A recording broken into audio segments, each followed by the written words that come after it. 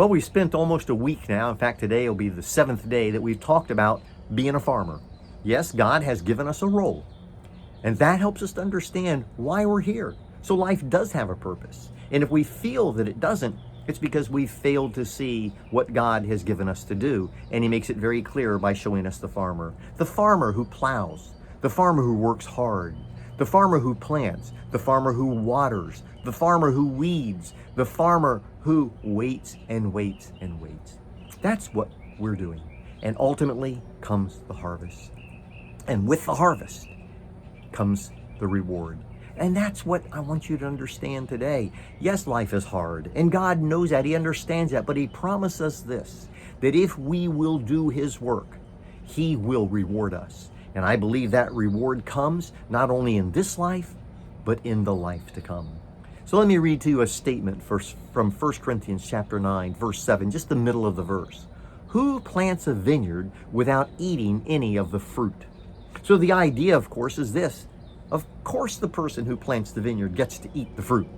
And so it is. We will be blessed in this life if we will serve the Lord. We get to enjoy the harvest, the blessings of our labor.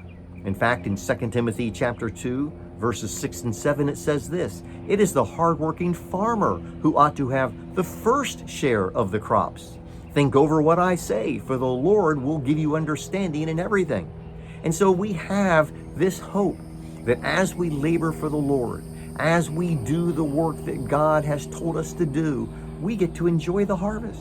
And there are blessings. When you see lives being changed, when you see people being baptized, when you see people that you worked with living for the Lord, it brings such great reward.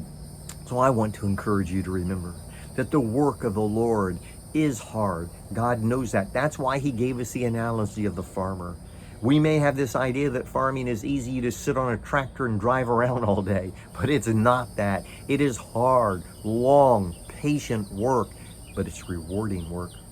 The farmer gets to enjoy the harvest. And then, of course, not only does it make this life more enjoyable, we look forward to our eternal rewards. And that's the greatest promise that we have.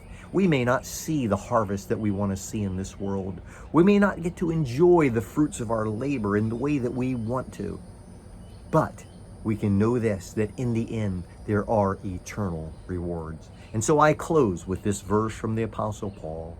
Therefore, my beloved brothers, be steadfast, immovable, always abounding in the work of the Lord, knowing that your labor is not in vain in the Lord.